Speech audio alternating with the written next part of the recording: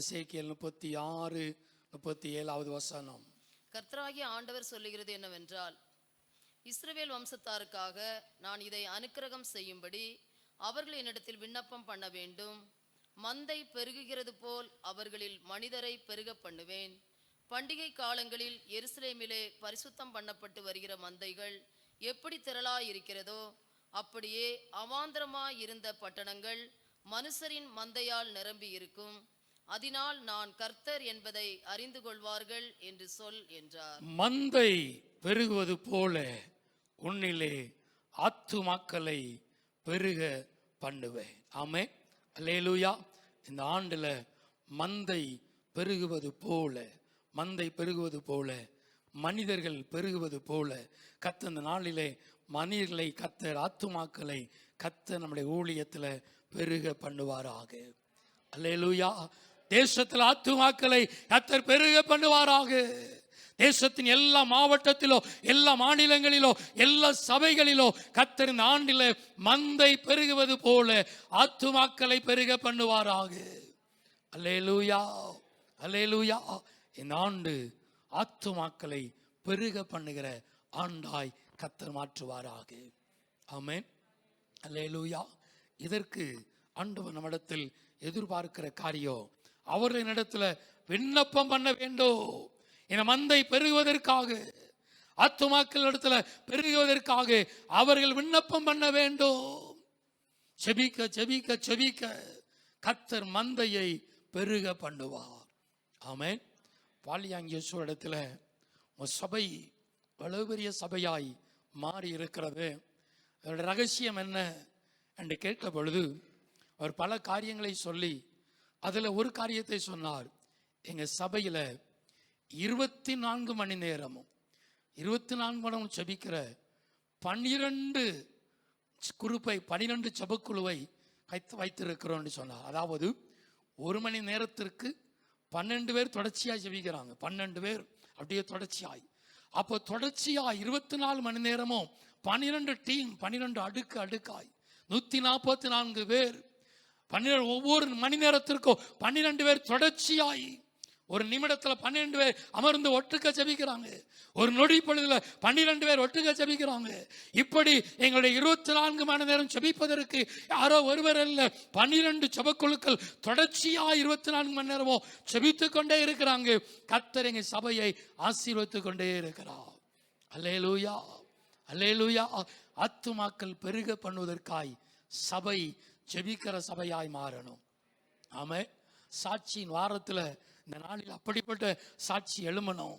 நான் ஜெபித்த சபையில் ஆத்துமாக்களை கொண்டு வாங்க ஆண்டவரே, ஆத்துமாக்களை சபை நிரம்பிமடியாய் கொண்டு வாங்க என்று நான் ஜெபித்த கர்த்தரின் ஜெபத்தை கேட்டு ஆத்துமாக்களை கொண்டு வந்தார் என்கிற சாட்சி தேசத்தில் எழுமணும். அல்லேலூயா. நம்முடைய சபையில எழுமணும்.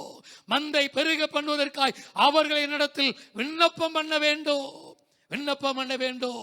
செபிக்கிற ஒரு சபையாய், குடும்பத்துக்காய் மாத்திரமல்ல, பிள்ளைகளுக்காய் மாத்திரமல்ல, திருச்சபைக்காய், ஊழியத்திற்காய், அழிந்து கொண்டிருக்கிற ஆத்துமாக்களுக்காய் திறப்பில் நின்று போராடி செபிக்கிற ஒரு சபையாய் மாற வேண்டும். அல்லேலூயா.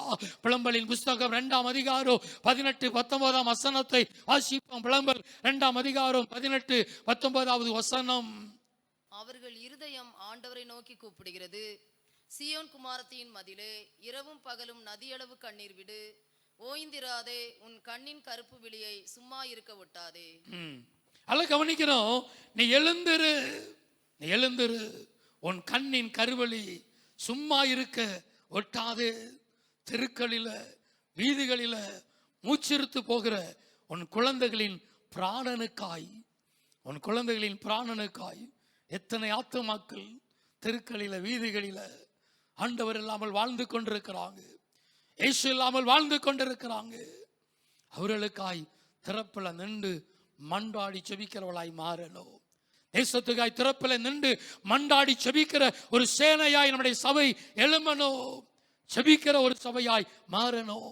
மந்தை பெருகோ, மந்தை பெருகோ. ஆதியாகமத்தின் புஸ்தகம் 31ஆம் அதிகாரம் 40ஆம் வசனத்தை வாசிப்போம்.